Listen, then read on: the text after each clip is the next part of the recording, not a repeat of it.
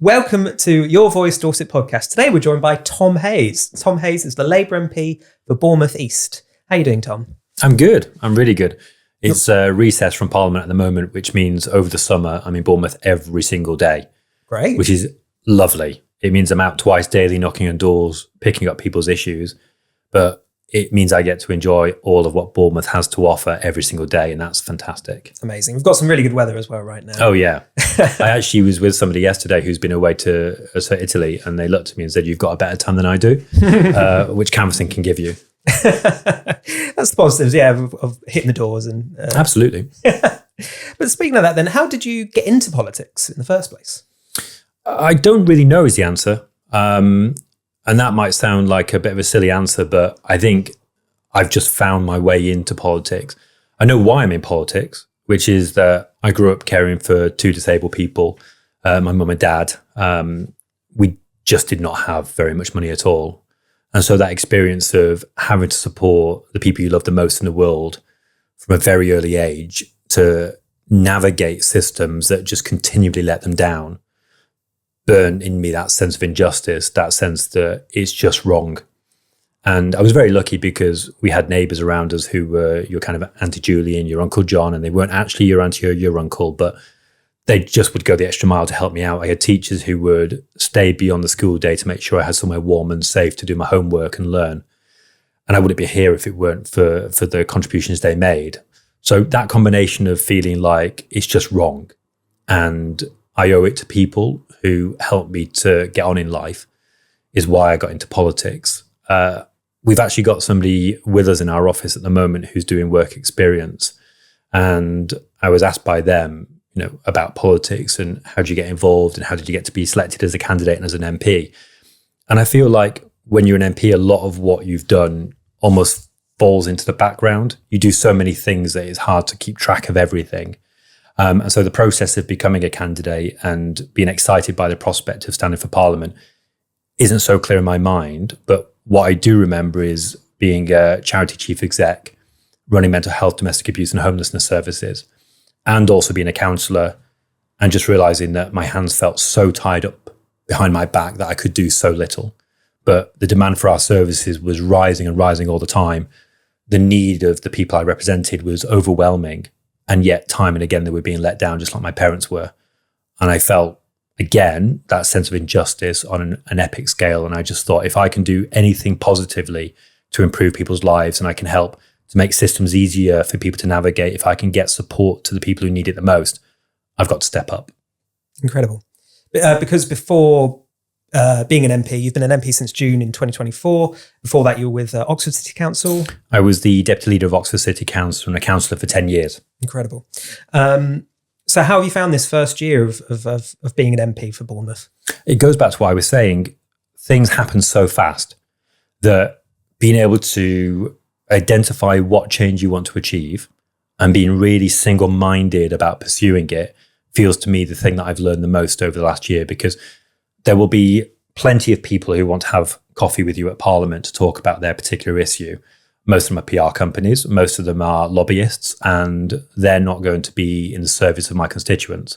So it's about weeding out the meeting requests that are never going to help my constituency from those discussions and those conversations that will help to put more police on the beat, will bring NHS waiting lists down, will help to grow our economy locally, make sure we've got good, well-paying jobs, that people are not living in substandard rented accommodation, that people can get on the housing ladder.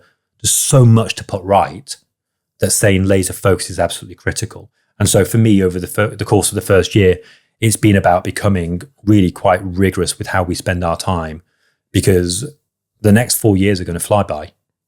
And we need to be able to show to the people that I represent that the trust and the faith they put in us to elect Labour for the first time in Bournemouth is being repaid.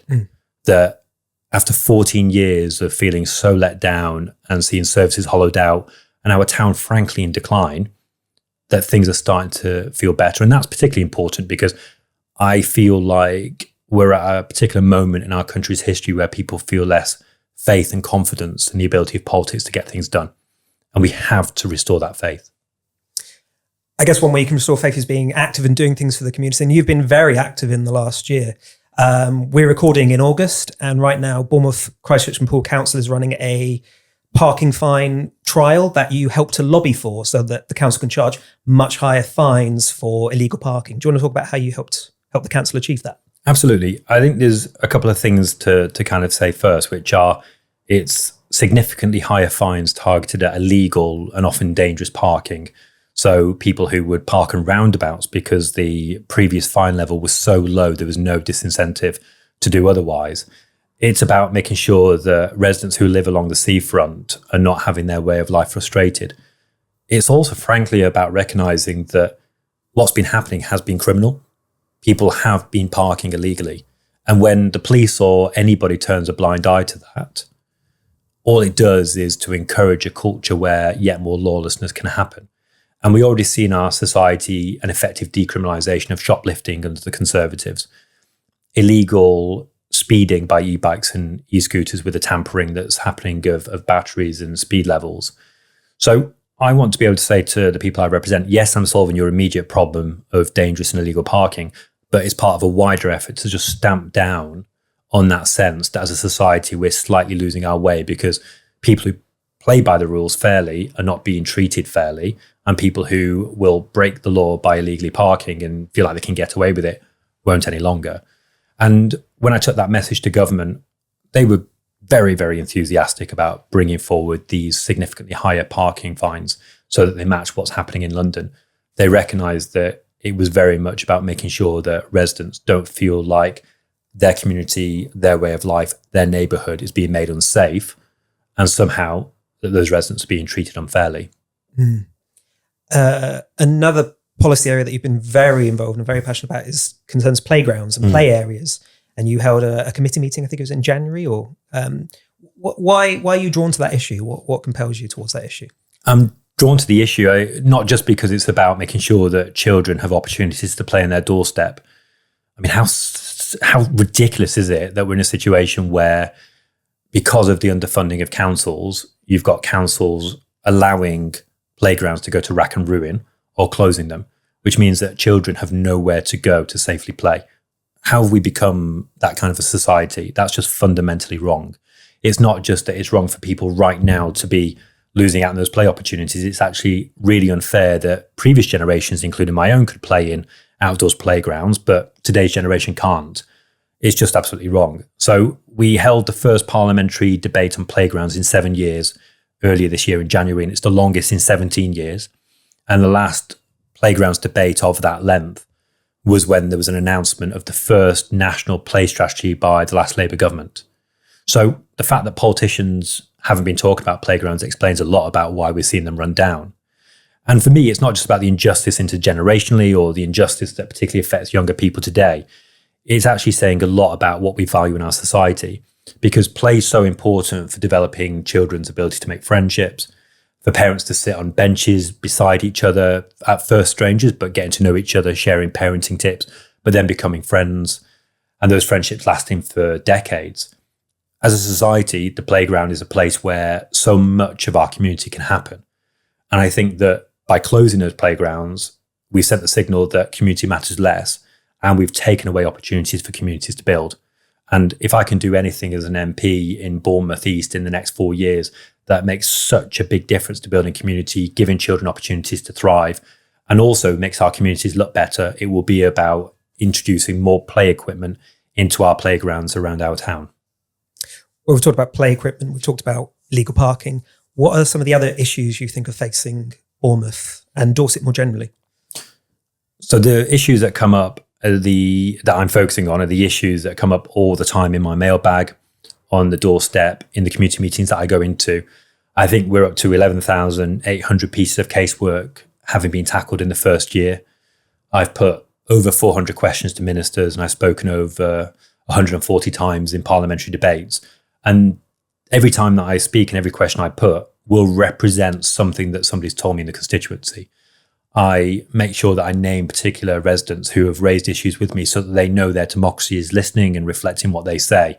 Because like I was saying earlier, we've got a time now, historically significant time, where people feel so hopeless. I want them to see their words and their views in Parliament. And the issues that come up are, a sense of lawlessness that's grown over recent years. So I'm thrilled that we do have a reversal of that effective decriminalisation of shoplifting. It will now be a specific abuse for a shop worker to be abused.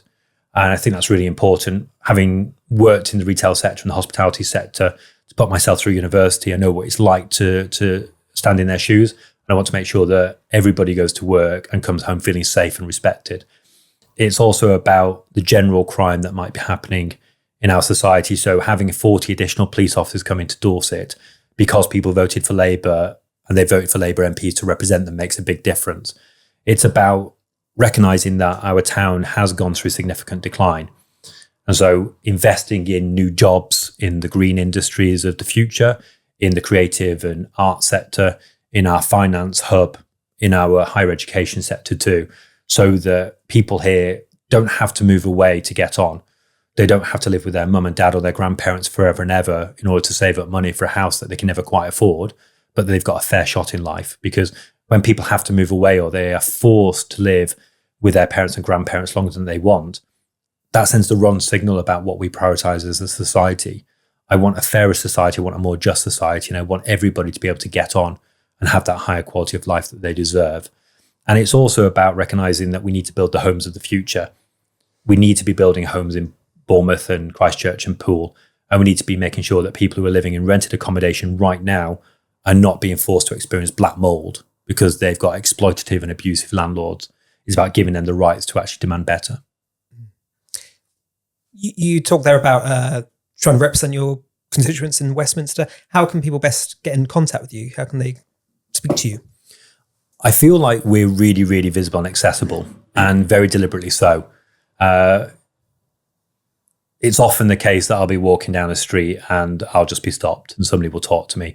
I was kind of equivocating about whether to kind of go into detail there, but it could be little things like being down the pub and even going to the toilet, you get interrupted and ask questions. Can you fix this or that issue? And that's absolutely what my job as an MP is. It's to fix people's problems and to support them.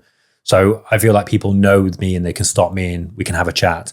We go into people's doorsteps twice daily during the recess period now, but every week we're out campaigning and we go all around the constituency to pick up issues. We very deliberately put an office on Boscombe High Street so that people can know where we are, know that we're here to help. It's impossible to miss. You can see us from space. It's a very red sign and the lettering is very large. Oh, good. And the redness of the sign and the height of the lettering was not quite what we expected when we agreed to the design, but there you go. You can see us from space. And it's also about making sure that we're going into community events. So any community group in Bournemouth East that would like me to go and visit, to attend an event, I would love to meet the people that you support. I'd love to meet the people that you employ. I think it's really important that you have access to your MP so that you can talk about whatever matters to you in your own words, however you want to, so that I can represent you. Mm. You've been an MP for a year, and before that you were a councillor. How have you found the kind of the difference in those jobs and the balancing like national issues with local issues and that kind of aspects of it? I think that's an outstanding question, because of the thousands and thousands of casework that we've picked up, a vast majority of it relates to council matters. And so a lot of the time that we spend as an office is trying to make sure that when we knock on the door of the council on behalf of a resident, they get a response quickly, and they get a response which just solves their problem with the minimum of fuss. And that's difficult. We're not always able to achieve that just because the council isn't in the tip-top shape that we need it to be. But it's also about recognising that my job is not to be a super councillor. It's to go out to Parliament, it's to represent people's views, it's to get the changes in the law, the investment that we need, the changes in policy, whatever the government can grant or Parliament can agree, which will materially improve people's lives. So if I take the example of the parking fines that are at London levels now, that's about me going to the Department for Transport and saying it's bizarre that you are setting parking fines for local areas. Let's give that power to the local area so they can just move forward with what they need. Whether it's about playgrounds and saying it's absurd that councils are not required in law to look after playgrounds. Let's make it a requirement so that councils just invest as they ought to. Whether it's about the police and lobbying the government to say Dorset as an area has a particular set of needs, make sure we get the right funding so that at a local level we can make the decisions that will improve our local area.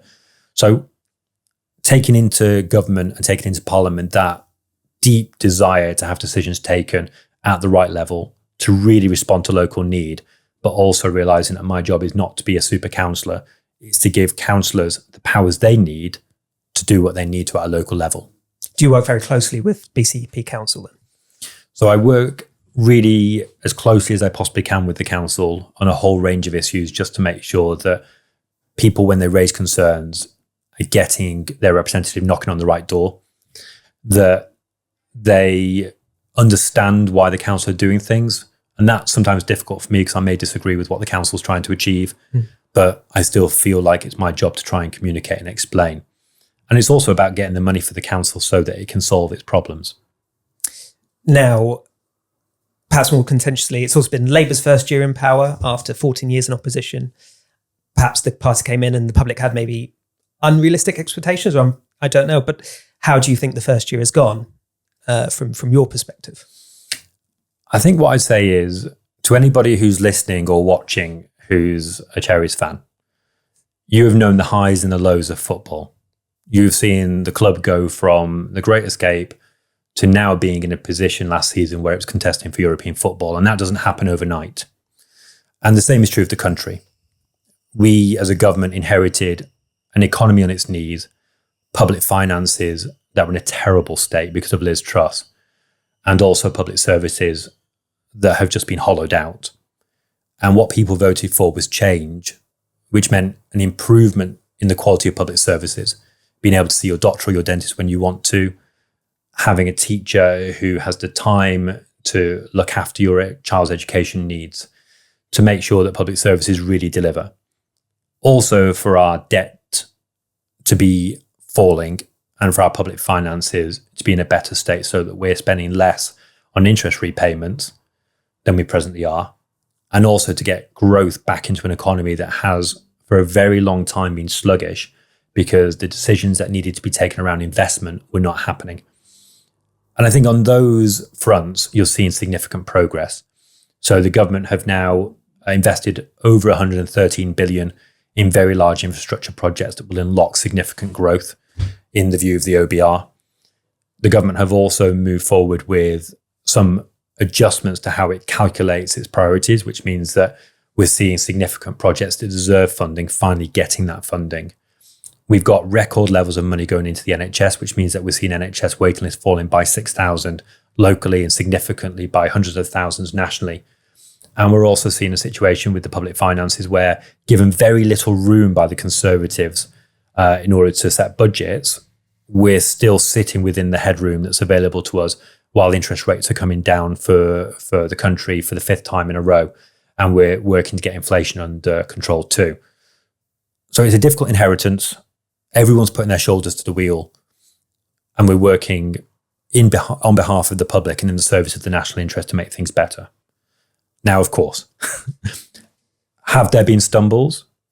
In any job that anybody takes up, in any profession, there will be a stumble. When you walk into a series of bin fires, like the one the government walked into, the potential for stumbles was higher. And so it's really important that government continues to deliver, that it recognises that those stumbles are not what the country want, they're distractions, and that ministers who have had longer in their jobs are understanding exactly what their jobs involve and who they need to work with in order to get delivery happening as quickly as possible. And I think we are starting to see the green shoots of recovery. And feel free to invite me back in a year's time to ask how we're doing, because it'd be an interesting check-in point. Absolutely. But I do feel like we're really starting to see a government that is motoring behind the scenes. And I think people will start to see that in front of their eyes in a few short months. I mean, what kind of feedback are you getting from constituents when you talk to them and when you knock on the door? So as you were with your interviewing, there's the local bit and then there's the national bit. So in the local level, people are still surprised to see their MP knocking on a door because they're not accustomed to it. And actually, when I ask people, I'm your MP, what issues would you like to raise? Understandably, people are a bit caught on the hop and don't really know what to raise. So it's important to spend time with them so that they can come up with stuff. But it will typically be very local things, which we then work on their behalf to get fixed and work alongside the council to try and get fixed. On a national level where people talk about how things are going, it's a restlessness. It's an impatience for change. People want to know what the difference of a Labour government is. And it's helpful for me to say waiting lists are coming down locally and down by 6,000. But if you're waiting for your hip to be operated on, you've waited for 2 years and you're still on that waiting list, understandably, you're going to feel a little bit frustrated. So it's about making sure that people actually materially, tangibly, really feel that change. And that's what I'm here for. Because ultimately, I went into politics and I stood to be an MP because I think we're an amazing town. We've had a lot of difficulties put in our way, but there's not a conversation that I don't have with somebody in a community meeting. There's not a doorstep visit I'll have where I don't meet somebody who wants to be a midwife or a nurse or a doctor or a dentist or something, which doesn't give me a sense of just how amazing Bournemouth is and how much more amazing we'll be when we get the right policies, the right funding and the right representation. So we've got to hold our nerve a bit as a town. We've got to hold our nerve as a country.